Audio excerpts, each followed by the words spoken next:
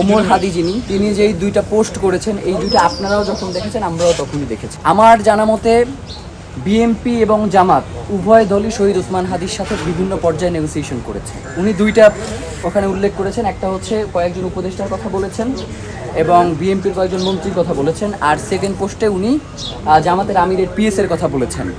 শহীদ ওসমান হাদির বড় ভাই শহীদ ওমর হাদি তিনি যেই দুইটা পোস্ট করেছেন, এই দুইটা আপনারাও যখন দেখেছেন আমরাও তখনই দেখেছি। মানে এমনটা না যে আমাদের সাথে আলোচনা করে উনি এই পোস্টটা দিয়েছেন।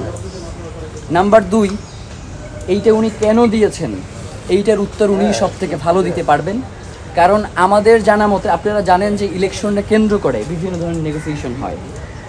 আমার জানা মতে বিএনপি এবং জামাত উভয় দলই শহীদ ওসমান হাদির সাথে বিভিন্ন পর্যায়ে নেগোসিয়েশন করেছে।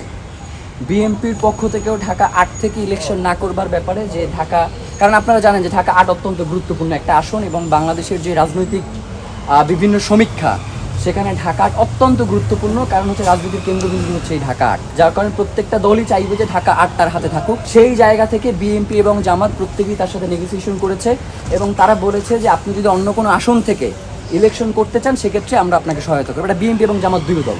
তো এর বাইরে আমার কাছে অন্য কোনো তথ্য নাই এবং ইনকিলাব মঞ্চের কাছেও এই ব্যাপারে আর কোনো তথ্য নেই। এই ব্যাপারে তারাই সুস্পষ্ট বক্তব্য দিতে পারবেন যে সে কেন এই কথাগুলো বলেছে। আপনাকে তো আমি দুইটা কথাই বললাম, নেগোসিয়েশন একটা ব্যাপার, আমি এইটা সম্পর্কেই জানি, কিন্তু এর বাইরে আমার কাছে কোনো তথ্য নাই। আর উনি দুইটা ওখানে উল্লেখ করেছেন, একটা হচ্ছে কয়েকজন উপদেষ্টার কথা বলেছেন এবং বিএনপির কয়েকজন মন্ত্রীর কথা বলেছেন, আর সেকেন্ড পোস্টে উনি জামাতের আমিরের পিএসের কথা বলেছেন। তো যার কারণে উনি কেন এই কথাগুলো বলেছেন এইটা একান্তই ওনার বিষয়। আমাদের ইনকিলাব মঞ্চের জায়গা থেকে আমাদের যেই জায়গাগুলো নিয়ে প্রশ্ন ছিল, এইগুলো আমরা বাংলাদেশের যে তদন্ত সংস্থাগুলো রয়েছে, প্রথমে আমরা হচ্ছে ডিবিকে জানিয়েছি। ডিবি যখন এটা তদন্ত করেছে, এর পরবর্তী সময় এখন সিইডি তদন্ত করছে। আমরা সিইডির কাছে তদন্তের স্বার্থে যে সকল তথ্যগুলো সরবরাহ করা দরকার আমরা সবগুলো তথ্য সরবরাহ করেছি।